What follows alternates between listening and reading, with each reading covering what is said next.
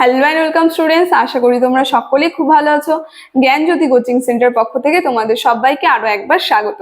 তো আমি মীরা ম্যাম, আমি আজকে তোমাদের সেমিস্টার থেকে আবার একটি নতুন টপিক নিয়ে চলে এসেছি। আজকে আমি যেটি নিয়ে আলোচনা করব সেটা হচ্ছে তোমাদের ফোর্ট উইলিয়াম কলেজ যে আছে, সেই ফোর্ট উইলিয়াম কলেজ থেকে তিনজন বিখ্যাত লেখক রয়েছেন। সেখান থেকে একজন লেখক যে আছেন মৃত্যুঞ্জয় বিদ্যালঙ্কার, সেখান থেকে আমি তোমাদের ছোট প্রশ্নমান 1-এর কিছু গুরুত্বপূর্ণ প্রশ্ন নিয়ে আমি তোমাদের সঙ্গে আজকে আলোচনা করব। আলোচনাটি শুরু করার পূর্বে আমাদের কোচিং সেন্টারে তোমাদের কিন্তু অনলাইনে ক্লাস করানো হয়, তার সঙ্গে তোমাদের নোটস দেওয়া হয়। তো তোমরা যারা যারা এখনো আমাদের কোচিং সেন্টারের সঙ্গে যুক্ত হওনি এবং যুক্ত হতে চাইছো, তারা আমাদের ডেসক্রিপশনে নাম্বার দেওয়া আছে, সেই নাম্বার দুটির সঙ্গে যোগাযোগ করে কিন্তু যুক্ত হয়ে যেতে পারবে। ঠিক আছে, তাহলে আমি আমার আলোচনাটি শুরু করছি। দেখো, মৃত্যুঞ্জয় বিদ্যালঙ্কার যিনি আছেন, প্রথমে আমি বললাম ফোর্ট উইলিয়াম কলেজের তিনজন বিখ্যাত লেখক ছিলেন। তিনজনের মধ্যে তিনি একজন বিখ্যাত।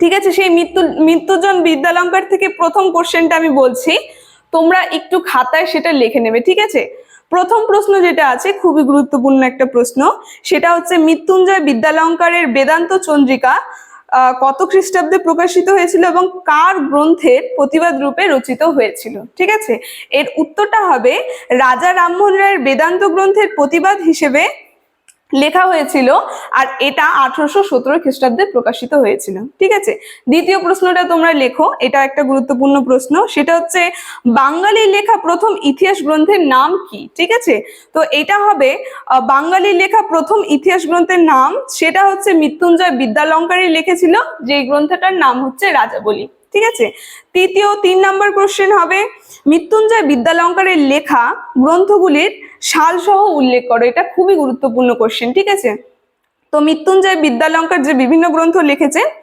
মোট 5টি গ্রন্থ তিনি লিখেছেন। সেই গ্রন্থগুলির নাম আমি বলছি। প্রথম গ্রন্থটা হচ্ছে 32 সিংহাসন, যেটা 1802 খ্রিস্টাব্দে লিখেছিলেন তিনি। তারপরে দ্বিতীয় গ্রন্থ হচ্ছে রাজাবলী, যেটা 1808 খ্রিস্টাব্দে তিনি লিখেছিলেন। তৃতীয় গ্রন্থটা হচ্ছে হিতপ্রদেশ, যেটা 1808 খ্রিস্টাব্দে তিনি লিখেছিলেন। চতুর্থ গ্রন্থটা হচ্ছে প্রবোধ চন্দ্রিকা, যেটা 1813 খ্রিস্টাব্দে রচনা হয়েছিল আর প্রকাশ হয়েছিল 1833 খ্রিস্টাব্দে। ঠিক আছে, আর লাস্ট যে গ্রন্থটা আছে সেটা হচ্ছে বেদান্ত চন্দ্রিকা, সেটা হচ্ছে 1817 খ্রিস্টাব্দে তিনি লিখেছিলেন।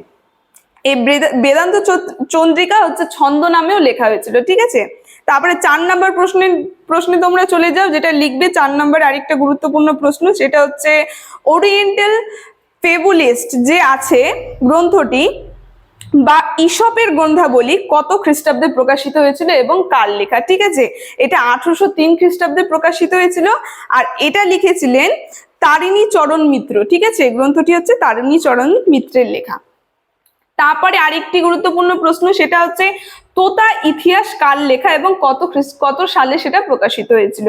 এই তোতা ইতিহাস কিন্তু চণ্ডীচরণ মুন্সির লেখা এবং এটা 1905 খ্রিস্টাব্দে প্রকাশিত হয়েছিল, আর এটা তুতিনামা নামে ফার্সি গ্রন্থে অনুবাদ করা হয়েছিল। ঠিক আছে, লাস্ট আরেকটা গুরুত্বপূর্ণ প্রশ্ন, সেটা হচ্ছে ইংরেজি ভাষায় শব্দকোষ কার লেখা? ঠিক আছে, এটা 1810 সালে লেখা হয়েছিল, এটা লিখেছিলেন মনমোহন ঠাকুরের লেখা। তো আজকে মৃত্যুঞ্জয় বিদ্যালঙ্কার থেকে এই কয়েকটি গুরুত্বপূর্ণ প্রশ্ন ছিল, প্রত্যেকটা প্রশ্ন কিন্তু তোমাদের জন্য গুরুত্বপূর্ণ। তো আলোচনাটি আমি এখানে শেষ করছি।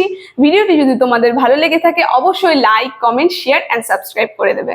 Thank you.